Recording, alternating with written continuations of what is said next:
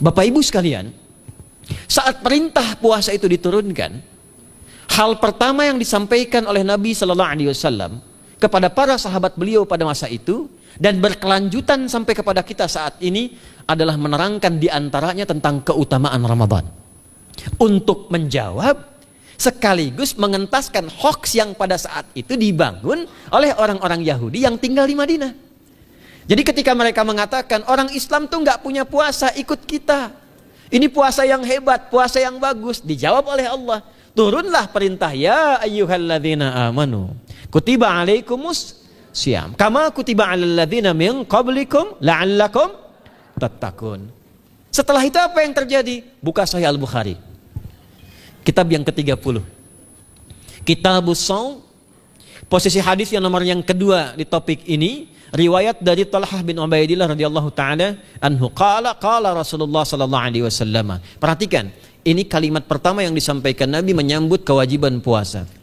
As-siyamu junnatun fala yarfuth wala yajhal wa in imru'un qatalahu aw syatamahu falyaqul inni sha'imun marwataini. La khulufu famis sha'imi atyabu 'indallahi yaumal qiyamati min rihil miski yatruku ta'amahu wa syarabahu wa syahwatahu min ajli. Ini poinnya. As-siyamu li wa ana ajzi bihi wal hasanatu bi asyri amthaliha. Kata Nabi, puasa kita ini yang kita tunaikan spesial, beda dengan yang lainnya. Jadi ketika Yahudi mengatakan puasa kami ini puasa yang hebat, yang bagus, yang diikuti oleh umatnya Muhammad sallallahu alaihi wasallam, turun ayat, komentar Nabi pertama apa? Puasa kita, kepada para sahabat, kepada kita semua, ini puasa yang spesial. As-siyamu. Lihat diksinya. Awas Pak ya, Ibu jangan salah baca. As-siyam, bukan asyab. As-siyam. Disebutkan 9 kali dalam Al-Quran. Ada as-saum, ada as-siyam, itu beda. Kalau saum, sekali disebutkan dalam Al-Quran, surah 19 ayat 26. Saum itu masih umum, kata umum untuk menunjuk kata imsak, menahan secara umum. Bisa berarti puasa yang ada ketentuan aturan, bisa berarti menahan secara singkat. Apa saja yang bersifat menahan, itu saum namanya. Contoh Sayyidah Maryam misalnya, beliau masih makan. Ya, ayat 24, 25 itu masih makan. Goyangkan pohon kurma, jatuh kurmanya, makan kurmanya. Mau minum, ambil airnya, minum. Masih makan, masih minum. Cuman diminta untuk saum. Apa saumnya? Inni nadhartu lirrahmani sauma falam ukallimal yauma insiya. Jangan bicara pada siapapun. Kamu dituduh, kamu berzina, jangan jawab. Biarkan bayinya yang bicara, dan itu mukjizat pertama untuk Isa alaihi salam. Itu nanti dimulai di ayat 31 sampai 33 di surah Maryam, surah 19. Tapi beliau diperintahkan saum. Saumnya apa? Jangan bicara. Jadi kalau bapak masih makan, masih minum, cuman gak mau bicara dulu sama ibu, itu saum. Mau kemana Abi? Kok gak jawab? Kenapa gak bicara? Sedang saum. Saum apa? Gak mau bicara sama mama. Itu bicara, contoh. Itu saum. Kalau siam, 9 kali disebutkan dalam Al-Quran, itu khusus, spesifik. Ada aturannya, ada ketentuannya, nggak boleh sembarangan, nggak bisa kemudian seenak kita melakukannya. Ada ketentuan yang dibuatnya dan itu harus diikuti. Begitu diikuti, maka keagungan dan keistimewaan ibadah itu akan dilekatkan pada pelakunya. Dan menariknya, perintah puasa itu ketika turun ayatnya Al-Baqarah 183, kalimatnya bukan menggunakan saum tapi siyam. Ya ayyuhalladzina amanu kutiba alaikumus. Nah kata Nabi, asyamu junnatun. Kalau benar puasa kita ini kita tunaikan yang Ramadan ini, maka dia akan melahirkan satu yang tidak ditemukan pada ibadah lain, yaitu junnah. Ada jinnah, ada jannah, ada junnah. Itu beda. Tapi semua katanya itu hurufnya sama, cuma harokatnya beda. Coba lihat ya. Ada junnah, jinnah, dan jannah. Jannah artinya apa? Surga. Jinnah artinya apa? Jin. Jamak dari kata jin. Minal jinnati wan nas. Baik ya. Ada junnah. perisai. Itu ketiga-tiganya bersumber berasal dari huruf jim, nun, kemudian ta. Dalam bahasa Arab, setiap ada huruf dimulai dengan jim dan nun, itu pasti tersembunyi, gak kelihatan. Saya ulang ya. Setiap ada huruf dimulai dengan jim dan nun, kalimatnya itu pasti gak nampak, gak kelihatan. Janin, kenapa disebut janin? Karena masih tersembunyi dalam rahim ibundanya, gak kelihatan. Begitu keluar, tampak jadi bashar, jadi bayi yang terlihat. Jin, kenapa disebut dengan jin? Karena gak nampak. Makanya fitrah jin itu Pak, Ibu, fitrahnya tersembunyi. Jadi kalau ada jin melakukan penampakan, itu jin sedang punya masalah. Betul, itu nyata. Dan yang lebih punya masalah, ada orang-orang manusia yang mencari-cari penampakan jin. Itu sedang kurang sehat itu. Ya, betul, karena jin itu dipasangkan di Al-Quran dengan ins. 18 kali pasangan ini disebutkan. Itu lawannya langsung.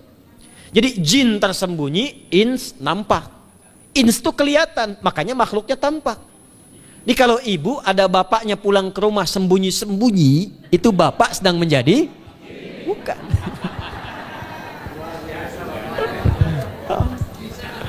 Kalau ibu sembunyi-sembunyi nyari dompet bapak, ibu sedang menjadi jin. Itu langsung pasangannya 3 itu. Ins itu seakar dari kata anisah, halus, lembut. Jin kasar, makanya disebut jin. Karena itu jarang ada orang kemasukan jin jadi lembut, tidak ada. Permisi mau ikut kajian sedang kemasukan jin, tidak. Kalau kata-katanya tidak meracau, tindakannya pasti kacau. Karena itu fitrah manusia itu pasti lembut. Kalau ada orang kasar, pasti ada yang salah dalam pergaulannya. Balik. Itu jin. Jannah, kenapa disebut jannah? Karena belum tampak sekarang. Makanya Nabi katakan mala ainun ra'at. Gak sama dengan yang seperti dilihat orang. Gak kelihatan, nanti kesuksesan tertinggi yang belum tampak disebut dengan jannah. Karena belum tampak. Junnah itu perisai yang bisa langsung membentengi kita dari setan secara otomatis. Tapi gak kelihatan. Karena itu kenapa ujung puasa disebut la'allakum tatakun. Tatakun itu dari kata takwa. Takwa itu dari kata wikoyah. Wikoyah itu artinya perisai. Nah, perisainya tidak tampak dalam diri kita. Tapi kalau terbiasa menunaikan ibadah puasa ini, kata Nabi, yang pertama kali akan terjadi pada orang yang puasanya benar, dia akan mendapatkan perlindungan berupa perisai dari Allah, hasil dari latihan puasanya yang dapat membentengi dia dari setan. Jadi ciri khas puasa Ramadan itu kalau sukses ditunaikan, itu akan terjauh dari godaan setan. Setan itu provokator yang memang hanya mengarahkan pada keburukan. Jadi dia nggak kenal benar. Lawannya malaikat. Malaikat nggak kenal salah, Pak. Nah, supaya terbentengi dari itu semua, kata Nabi SAW, kita itu dihadiahi sekarang oleh Allah. Satu ibadah yang kalau dilakukan ibadah itu akan mengakumulasi ibadah-ibadah yang lainnya, yang saat bersamaan dahsyatnya ibadah ini bisa menghadirkan junnah, perisai yang membentengi dari setan. Karena itu ketika dilakukan ibadahnya, saat yang bersamaan bisa ditahan maksiatnya, ditingkatkan amal solehnya. Setan kan ngajaknya pada yang salah kan? Malaikat ngajak pada yang soleh. Ramadan itu keutamaannya kalau sudah tiba Ramadan, itu selalu kita terdorong pada yang saleh dan tertahan untuk yang salah. Itu hebatnya puasa Ramadan. Kalau nggak percaya silahkan Pak Ibu sekalian. Cuman Ramadan yang saat datang waktunya bisa menghentikan orang berbuat maksiat. Nggak percaya cek. Orang yang punya sifat marah semarah-marahnya, itu saat Ramadan bisa berhenti marah. Buka jam 6 kurang seperempat ada yang provokasi. Dia bisa tahan marah tuh, istrinya bingung, tumben Pak nggak marah, ntar habis maghrib. Bisa ditahan. Orang dusta bisa nggak dusta. Dan saat yang bersamaan, teman-teman sekalian, Bapak Ibu, itu bisa terdorong berbuat meningkatkan amal soleh. Sekarang kita keluar dari sini, ada yang minta, belum tentu dikasih. Nanti Ramadan tiba, sudah nyatet berapa yatimnya, berapa du'afanya. Amal soleh naik. Sekarang ada orang ketinggalan sholat fardu terlambat masih biasa. Ramadan ketinggalan sunnah itu gelisah.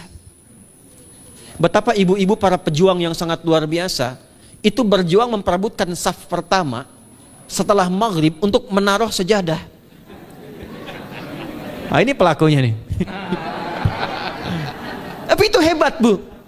Saya tanya ibu kalau berjuang naruh sejadah setelah maghrib atau bahkan sebelum maghrib, itu sejadah disimpan di saf itu untuk ngejar sholat apa? Tarawih, bukan isanya. Saya tanya pada ibu, tarawih itu hukumnya sunnah atau wajib?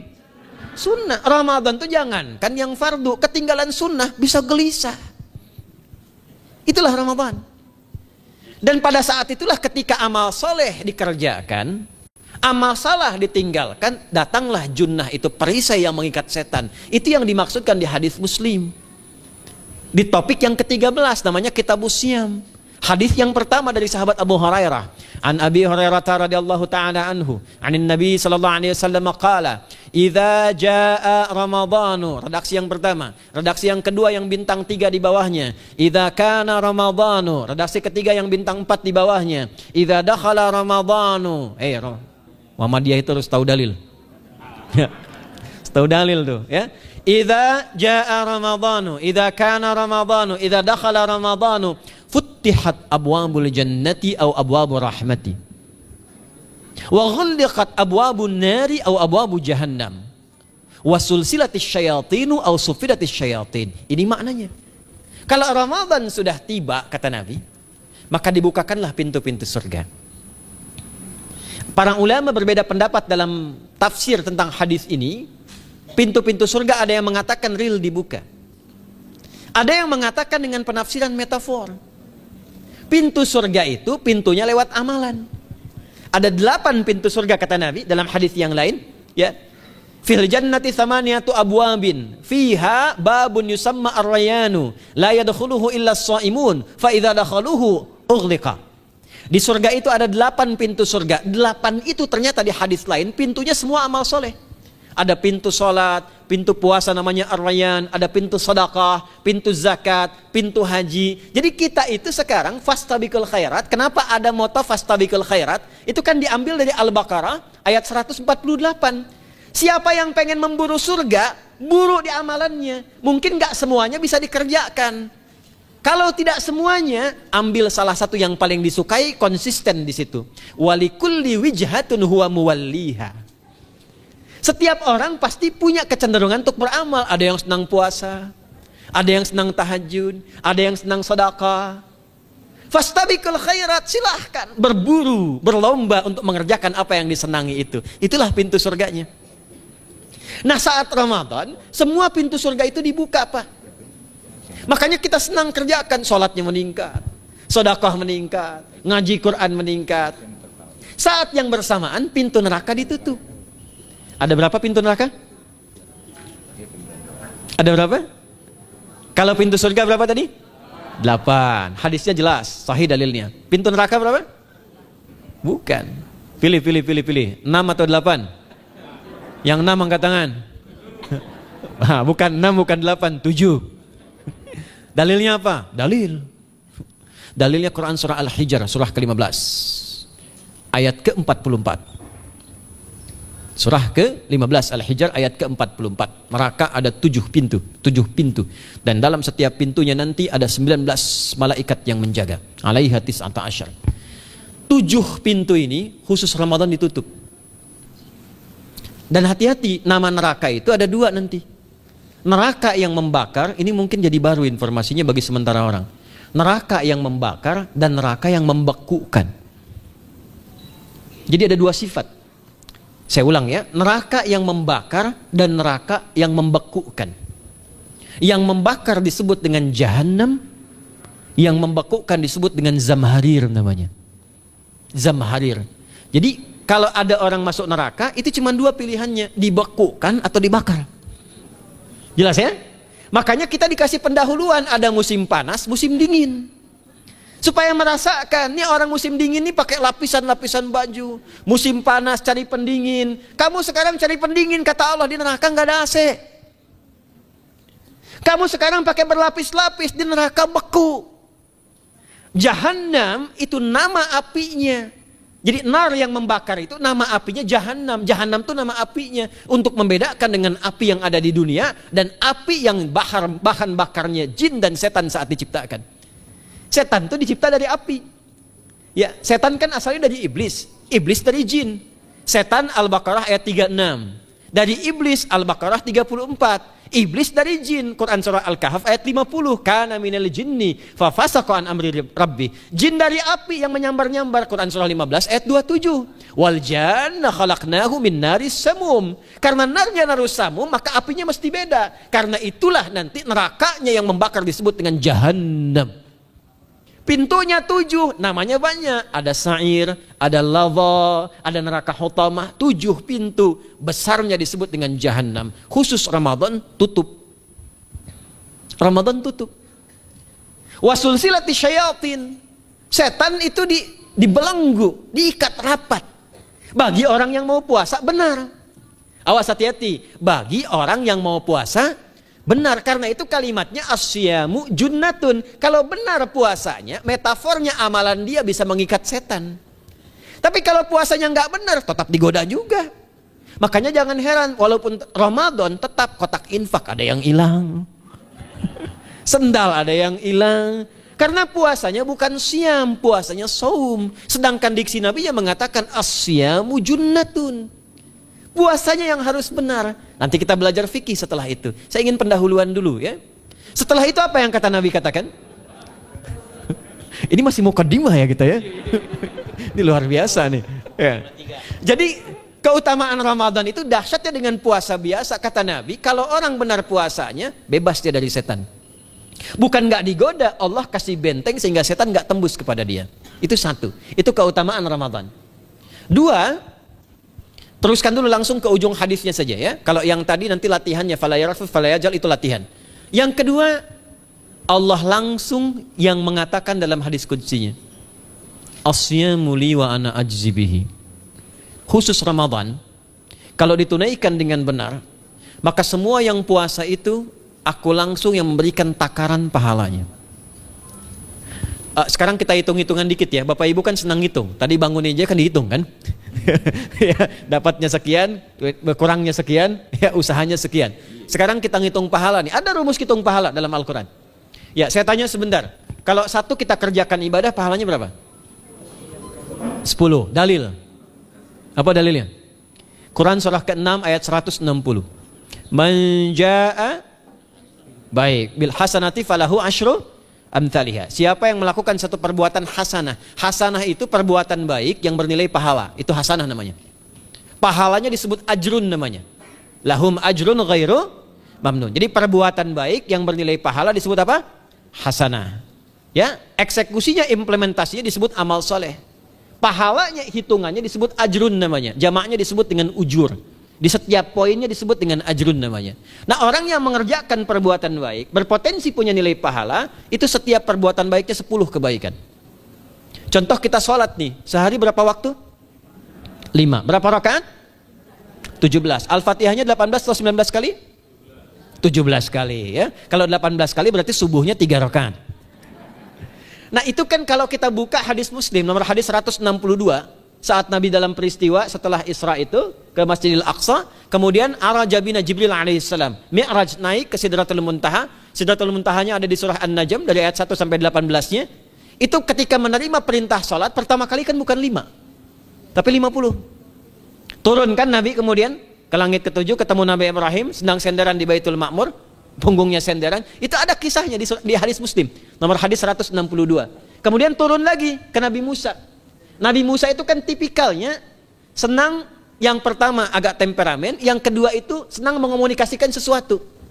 Makanya ketika dengan Khidir alaihi salam itu senang, ya, kritisnya itu muncul kepada Nabi Muhammad ketika turun dari Sidratul Muntaha ke langit yang ke-6 itu ketemu Nabi Musa, ditanya, Muhammad SAW dapat apa tadi?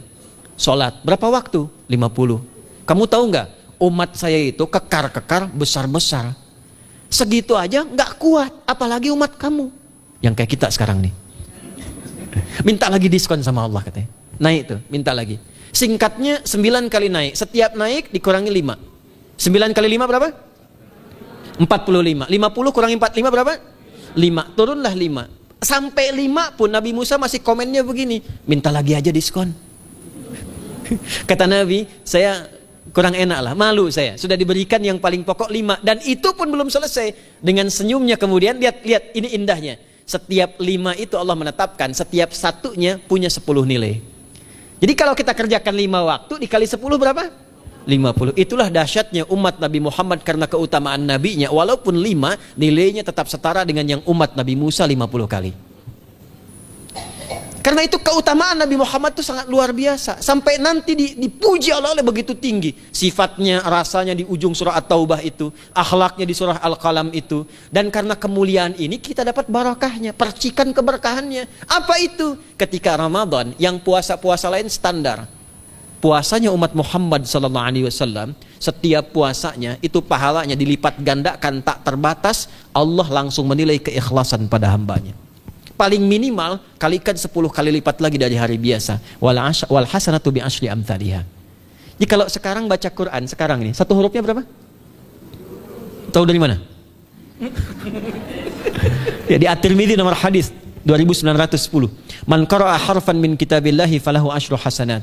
Setiap ada orang baca satu kitabullah dengan syarat dia mukmin, muslim, baca satu huruf dari kitabullah dapat 10 kebaikan. Satu hurufnya 10, Bu, Pak. Walam aqul alif lam mim harfun, saya tidak katakan kata Nabi alif lam mim satu huruf, walakin alifun harfun, lamun harfun, mimun harfun, walikulli harfin asyru hasanat. Tapi alifnya satu huruf, lamnya satu huruf, mimnya satu huruf, setiap hurufnya 10 kebaikan. Saya kalau ada papan tulis, saya turunkan ini pakai syarah ilmu arud. Itu dahsyat lagi. Arud itu menuliskan apa yang dikatakan, bukan menuliskan simbol yang ditunjukkan. Jadi kalau kita bilang alif, tulis alif. Dan alif itu kan ada 3 huruf, hamzah, lam, fa. Hamzah berapa huruf? Tulis lagi hamzah. Itu baca Quran kalau ikhlas, pahalanya berlipat. Paling standar satu hurufnya 10. Dan hampir nggak ada orang baca Quran cuman satu huruf. Nun. Udah dulu 10 lumayan. Nggak ada. Pasti banyak itu. Dan Ramadan lebih meningkat lagi. Dan dikalikan 10 lagi. Itu paling standarnya satu huruf 100, Pak, Bu. Makanya Ramadan itu limpahan pahala. Rugi orang kalau nggak ibadah saat Ramadan itu. Nabi aja itu tadarusan Quran sekali khatam. Saat tahun meninggalnya 2 kali khatam. Untuk ngejar kemuliaan-kemuliaan contoh bagi kita. Itu Ramadan. Jadi ini yang pertama menjadikan kita mesti sadar. Ramadan beda dengan bulan biasa. Maka disampaikan oleh Nabi yang pertama ada pelipat gandaan pahala. Yang kedua ada perisai yang bisa menjauhkan kita dari setan. Yang ketiga, saya tutup mukadimahnya. Yang ketiga, hanya Ramadan yang siang malam melahirkan ampunan Allah Subhanahu wa taala. Siang malam. Kita kalau mau nyari ampunan itu bisa kapanpun minta ampun. Tapi ada waktu-waktu yang sangat strategis dan tempat-tempat yang sangat efektif mempercepat mengabulkan doa. Contoh waktu misal sepertiga malam. Itu cepat terkabul doa, hadisnya qudsi. Di antara azan dan iqamah. Waktu singkat di waktu Jumat, ada yang menafsirkan antara duduk khutbah 1 dan 2, ada yang menafsirkan waktu asar menjelang ke maghrib. Dan itu nanti sepeninggal Nabi ada di antara istri Nabi SAW memburu waktu singkat yang luar biasa ini untuk berdoa. Hafal doanya ya. Allahumma kfina bihalalika an haramik wa aghdina bi ta'atika an ma'siyatik wa bi fadlika amman siwak. Itu dibiasakan di hari Jumat dibacakan. Ya, hafal nggak? Nah, nanti diputar lagi videonya ya. Kan ini kita sampai ini lihat lagi.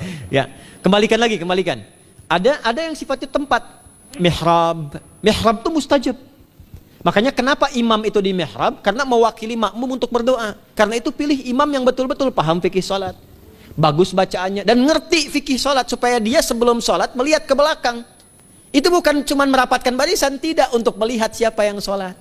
Apakah tahan berdiri lama kalau dibacakan bacaan panjang? Atau ada yang buru-buru?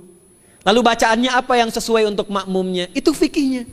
Karena itu tempatnya di mihrab. Dan mihrab itu viral, tempat yang cepat mengabulkan doa. Maryam itu punya mihrab. Nabi Zakaria saat minta keturunan, itu mohon kepada Allah di mihrabnya Maryam. Ali Imran ayat 38-39. Hunalika da'a Zakaria rabbah qala rabbi habli min ladunka dzurriyyatan thayyibah innaka sami'ud du'a. Fanadatul malaikatu wa huwa qa'imun yusalli fil mihrab. Cepat terkabul doa. Masjid cepat terkabul doa. Tapi Ramadan Itu menggabungkan semuanya. Nggak usah tunggu sepertiga malam. Siangnya diampuni, malamnya diampuni. Apa dalilnya? Untuk malam lekat dengan ibadah qiyam namanya. Man qama ramadhana imanan wahtisaban ghufira lahu ma taqaddama min. Siapa yang mampu menghidupkan Ramadan di malam harinya. Dan jangan salah Bapak Ibu sekalian, awas jangan salah ya. Ramadan itu satu paket ibadahnya. Bukan cuma puasa. Ramadan satu paket. Ada paket siang, ada paket malam. Dan gak ada paket hemat. Full. Ada siang, ada malam. Dan itu semua sama, cuma beda satu huruf. Hadisnya sama, ibadahnya juga diksinya sama, cuma beda sehuruf. Malamnya qiyam, siangnya siam. Awas ya, malamnya apa? Qiyam, siangnya apa? Siam. Cuma beda satu huruf. Dan itu satu paket. Jadi kalau Anda tertinggal, jangan Anda lah, jangan kita. Kalau ada orang yang tidak mengerjakan semalam, misalnya qiyamnya, cuman siamnya, sah puasanya, benar sesuai rukun, sah. Cuman tidak sempurna keutamaan Ramadannya. Karena itu Allah mengatakan kalau sedang puasa, sempurnakan dengan ibadah malamnya. Itu ada di Al-Baqarah ayat 187. Thumma atimmus siyama ilal lail. Muqaddimatul lail, maghribnya untuk puasa, lail atasnya untuk qiyam. Orang yang mampu menghidupkan ibadah malam, jangan salah ya, nanti kita mulai puasa, insya Allah yang pertama dimulai ibadah malam, qiyam, bukan siam. Jadi jangan terlampau soleh, puasanya nanti nunggu fajar. Malam itu qiyam. Nah qiyam ini ada potensi ampunan dosa Pak Bu. Jadi kalau kita manfaatkan ibadah ini dengan benar, misal ya, kita kan nggak tahu ajal nih. Tiba kemudian kita manfaatkan qiyam bangun, ditunaikan dengan benar, itu Masya Allah. Meninggal misal dalam sujud, itu jaminannya, ghufira lahu ma taqaddama min dzambi. Siapa yang benar ibadah qiyamnya, sampai detik itu, ditunaikan karena imannya, ikhlas karena Allah, saat bersamaan dia introspeksi diri, begitu dia tunaikan, misal dia meninggal, misal saja, semua dosa-dosa yang pernah dia tunaikan diampuni pada saat itu. Ma itu tanpa batas. Ma taqaddama min dzambi, ma semua yang pernah dia kerjakan dalam hidupnya. Karena itu viral. Sayyidah Aisyah itu pernah minta petunjuk pada Nabi di hadis Muslim. Bertanya pada Rasulullah, ya Rasulullah, kalau malamnya saya pengen ibadah dan qadar Allah bertepatan dengan malam Al-Qadar, apa yang saya minta? Itu sampai diajarkan oleh Nabi doanya, dan doanya sahih. Di At-Tirmidzi dikuatkan lagi dengan lebih lengkap redaksinya. Kata Nabi, kalau engkau bersamaan dengan itu malam hari bangun, bersamaan, faquli, katakanlah, Allahumma innaka afuwun karim tuhibbul afwa fa'fu anni. Nanti di hadis yang Muslim, Allahumma innaka afuwun, di At-Tirmidzi ada kata karimnya, innaka afuwun karim tuhibbul afwa fa'fu anni. Itu malam Bu. Biasanya nunggu sepertiga malam, waktu sahar. Ya, jadi waktu sahar itu waktu singkat menjelang fajar. Kalau subuh sekarang 4:08, itu kira-kira sahar tuh jam setengah 4 lah, ya, 3:30 sampai jam 4 itu namanya sahar, bukan lail. Kalau lail dari ba'da isya sampai sahar. Sekarang isya setengah 8 misalnya, jam 8 tuh sampai setengah 4 namanya lail. Jelas ya? Lail tuh malam, jamaknya layali. Turunannya lela, lili, lala itu malam. Ya, ibu leli, ibu malam-malam gitu ya. Gitu. Nah, itu waktu menjelang fajar setelah lail sahar, jamaknya ashar. Ashar itu disampaikan di Al-Quran, waktu terbaik untuk istighfar. Quran surah 51 ayat 18. Wabil ashari hum yastaghfirun. Yang biasa istighfar berpeluang dapat ridho Allah dan disiapkan surga terbaik, melebihi kemewahan dunia. Itu ada di ayat ke-16, 17, 18. Ya, dari ayat 15-nya, 16-nya, 17-nya adalah untuk yang saharnya, 16-nya itu kalimatnya. Ya, 16-nya yang dengan mengatakan Rabbana amanna faghfir lana dzunubana wa qina adzabannar. Ayat 17-nya as-sabirina was-sadiqina wal qanitina wal munfiqina wal mustaghfirina bil ashar. Itu hari biasa seperti sekarang. Ramadan dari ba'da isya sampai terus lagi sampai masuk waktu fajar, siangnya pun masih ada ampunan Allah. Man shoma ramadhana imanan wahtisaban ghufira lahu ma taqaddama min. Saya tanya sekarang, siapa yang enggak punya dosa boleh angkat tangan? Yang dosanya banyak boleh angkat tangan. Tuh, saking banyaknya kita nggak bisa ngangkat. Sekarang rubah kalimatnya, yang ingin masuk surga angkat tangan. Masya Allah. Yang ingin surga Firdaus angkat tangan. Tuh. Maka ironi itu tampak dalam perilaku kita. Pengen ke surga, tingkatan Firdaus, tapi ngaku dosa banyak. Itu dia. Maka Allah punya sifat Rahman dan Rahim. Rahman untuk dunia, Rahim untuk akhirat. Maka diberikanlah kesempatan Ramadan untuk menggugurkan semua dosa itu. Karena itulah Bapak Ibu sekalian, penting kita menyiapkan, karena nunggu Ramadan itu nggak mudah. Dan nggak semua orang itu akan sampai kepada momen yang dimaksudkan. Karena itulah malaikat Jibril itu langsung komen. Ya, jadi ada dua riwayat nih, Nabi yang berdoa, malaikat yang mengaminkan, ada malaikat yang berdoa, Nabi yang mengaminkan. Jadi Nabi akan naik memberikan tausiah di mimbarnya. Mimbar Nabi itu ada 3 gundakan. Begitu naik ke gundakan pertama, ada 3 gundakan. Lalu tibalah kemudian beliau bersabda. Ada riwayat Nabi yang berkata, malaikat mengaminkan. Ada riwayat sebaliknya, malaikat yang berkata, Nabi mengaminkan. Raghima'an forajulin. Awas, hati-hati nih. Raghima'an forajulin. Liman adraka Ramadhana falam yughfar lahu. Terhina di hadapan Allah Subhanahu wa taala. Kotor dirinya. Bu'dan, jauh dari rahmat Allah. Liman adraka Ramadhana, siapa yang sudah disampaikan ke bulan Ramadan falam yughfar lahu, tapi tak mampu mendapat ampunan Allah Subhanahu wa taala. Karena itulah saya ingin cepat. Satu, kenapa Ramadan istimewa? Karena ada ampunan Allah yang sangat luar biasa. Kenapa Ramadan istimewa? Karena ada pelipat gandaan pahala. Kenapa Ramadan istimewa? Karena ada peluang untuk menjauhkan dari setan. Dan yang terakhir, Ramadan istimewa karena semua waktu siang dan malam mempercepat terkabulnya doa. Itu yang dijamin di ayat 186 dalam rangkaian ayat Siyam dari ayat 183 sampai 187. Ayat 186-nya khusus untuk mempercepat terkabulnya doa. Wa idza sa'alaka 'ibadi 'anni fa inni qarib. Ujibu da'watad da'i idza da'an. Falyastajibu li wal yu'minu bi la'allahum yarshudun. Tafsirnya apa? Hadis Nabi sallallahu alaihi wasallam. Thalathatun la turaddu da'watuhum. Al-imamul 'adil was-sha'ima hatta yuftira. Wa da'watul mazlum. 3 golongan yang doanya sulit sekali ditolak. Yang pertama imam yang adil, yang kedua adalah orang puasa sampai berbuka, dan ketiga doa orang yang terzalimi. Jadi kalau Bapak Ibu pengen cepat dikabulkan doanya secepat kilat, maka jadilah pemimpin yang adil. Kalau belum mampu, latihan puasa. Kalau belum mampu lagi, banyak-banyak terzalimi dan berdoa. Ya.